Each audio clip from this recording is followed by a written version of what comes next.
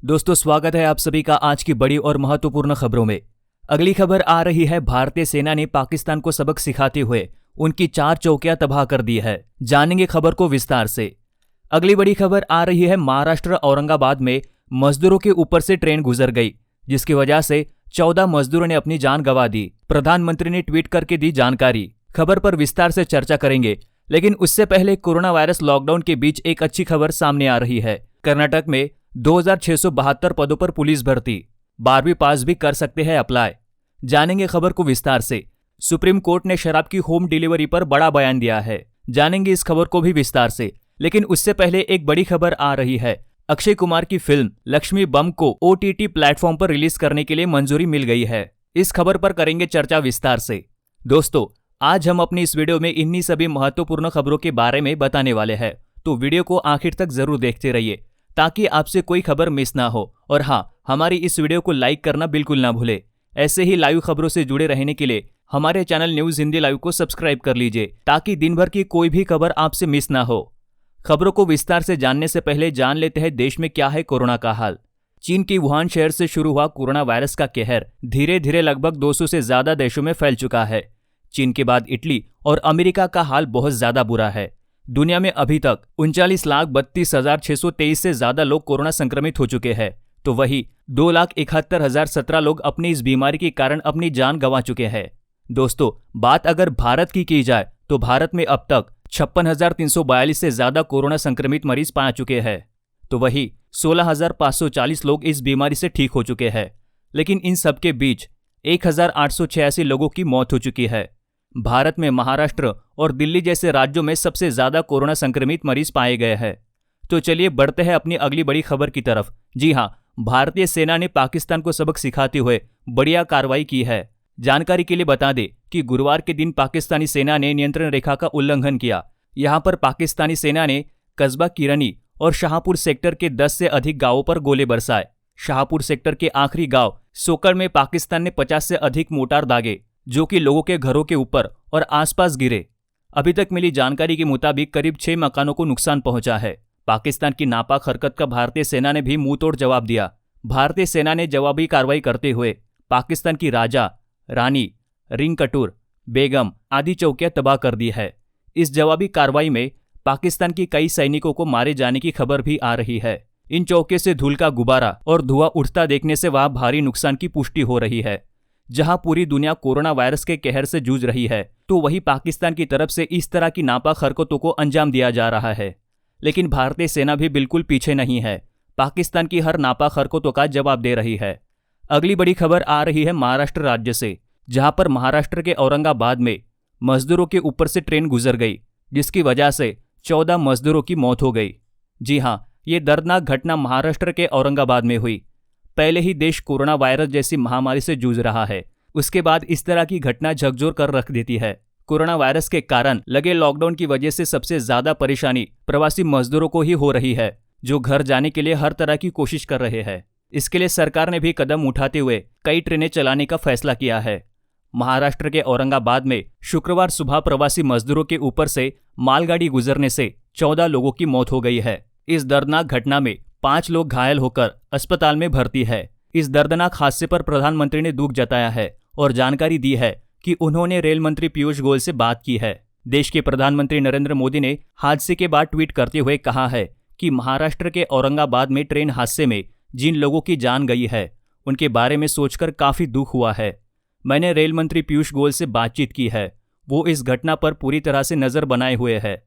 हर जरूरी सहायता प्रदान की जाएगी। इसके बाद रेल मंत्री पीयूष गोयल ने भी ट्वीट करते हुए कहा कि आज सुबह 5:22 पर नांदेड़ डिवीजन के बदनापुर व करमाड़ स्टेशन के बीच सोए हुए श्रमिकों के मालगाड़ी के नीचे आने का दुखद समाचार मिला। राहत कार्य पूरी तरह से जारी है और जांच के भी आदेश दे दिए गए हैं। मरने वाले लोगों की आत्मा की शांति की प्रार्थना करता हूँ। अभी तक मिली जानकारी के मुताबिक रेल मंत्रालय ने बताया कि मजदूरों को रेलवे ट्रैक पर देखते ही मालगाड़ी के लोको पायलट ने ट्रेन को रोकने की कोशिश की, लेकिन वो हो नहीं सका। हादसे में घायल लोगों को औरंगाबाद सिविल अस्पताल में भर्ती कराया गया है। इसके अलावा मामले की जांच के आदेश दे दिए गए हैं। ये सभी मजदूर रेल की पटरी के ऊपर सो रहे थे। एक अधिकारी ने पीटीआई को बताया कि ये सभी मजदूर जालना से भूसावल की ओर जा रहे थे। इनमें से कुछ मध्य प्रदेश और कुछ को छत्तीसगढ़ जाना था। उन्होंने कहा कि सभी रेलवे ट्रैक के किनारे किनारे चल रहे थे। इसी दौरान थकान होने से वे रेलवे ट्रैक पर ही सो गए।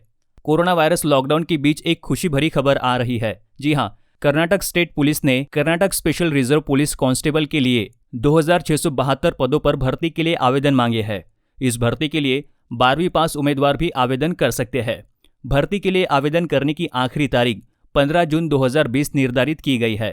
ये तो हम सभी जानते हैं कि कोरोना वायरस के चलते लगे लॉकडाउन के कारण सबसे ज्यादा प्रभाव लोगों की नौकरियों पर पड़ रहा है।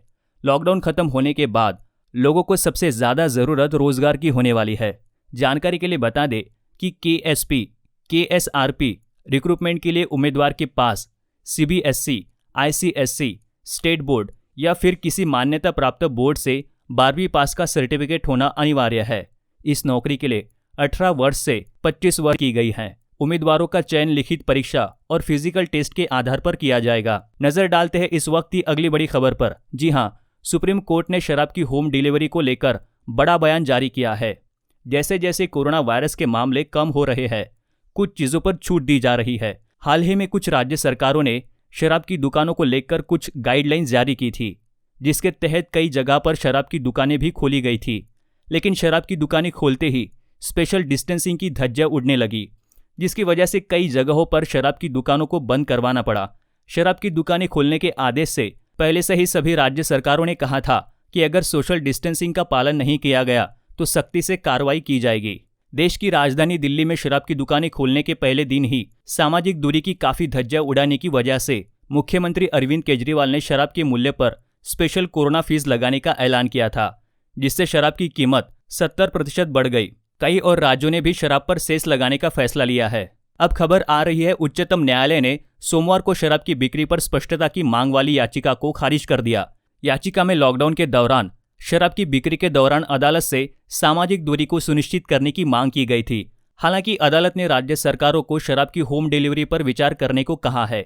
याचिका पर सुनवाई करते हुए जस्टिस अशोक भूषण की अध्यक्षता वाली पीठ ने कहा कि हम ऐसा कोई आदेश पारित नहीं करेंगे, लेकिन राज्यों को सामाजिक दूरियों को और मानकों को बनाए रखने के लिए शराब की अप्रत्यक्ष बिक्री के लिए होम डिलीवरी पर विचार कर लेना चाहिए। शराब की दुकानों पर लगने वाली कतार को देखते हुए पंजाब, छत्तीसगढ़ जैसे राज्यों ने शराब की होम डिलीवरी का विकल्प दिया है। 7 अप्रैल से पंजाब में शराब की होम डिलीवरी शुरू हो गई है। वहीं छत्तीसगढ़ में ग्रीन और ऑरेंज जोन में रहने वाले लोग तकरीबन 120 रुपए ज्यादा देकर शराब की होम डिलीवरी ले सकते हैं। तो चलिए रुख कर लेते हैं अपनी अगली बड़ी खबर की तरफ, जो आ रही है बॉलीवुड इंडस्ट्री से। जी हां, अक्षय कुमार की लक्ष्मी बॉम्ब जून में डिज्नी प्लस हॉटस्टार पर रिलीज करने का फैसला किया गया है। कोरोना वायरस के कारण लगे लॉकडाउन की वजह से सभी चीजें बंद पड़ी हुई है। स्कूल, कॉलेज, शॉपिंग मॉल और पिक्चर हॉल सभी बंद है, जिसकी वजह से कोई भी फिल्म रिलीज नहीं हो रही है। फिल्म मेकर्स ने कुछ दूसरा रास्ता निकालने के लिए आगे कदम बढ़ाए हैं। अक्षय कुमार की फिल्म लक्ष्मी बॉम्ब आखिरकार जून में डिज्नी प्लस हॉटस्टार पर रिलीज होने के लिए तैयार है। कोरोना वायरस के चलते लॉकडाउन को देखते हुए काफी समय से ऐसा अंदाजा लगाया जा रहा था कि अक्षय अपनी फिल्म को डिजिटल प्लेटफॉर्म पर रिलीज कर सकते हैं। बॉलीवुड हंगामा की रिपोर्ट में सूत्रों ने बताया, अक्षय कुमार, विजय सिंह और Tushar Kapoor Disney plus Hotstar के ऑफिशियल्स के साथ पिछले 3 हफ्तों से बात कर रहे थे और एक मीटिंग के बाद फिल्म को सीधा OTT पर रिलीज करने का फैसला किया गया।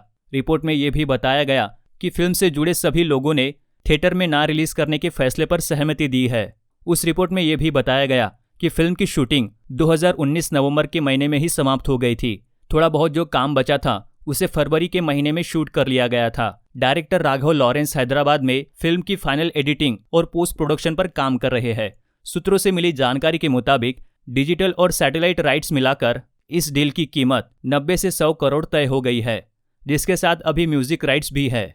अगली खबर आ रही है, मोहम्मद शमी ने खुलासा करते हुए कहा कि उन्होंने 3 बार आत्महत्या करने की कोशिश की है। जी हां, वर्तमान में भारतीय क्रिकेट टीम के पास एक से एक बढ़कर 3 गेंदबाज मौजूद है।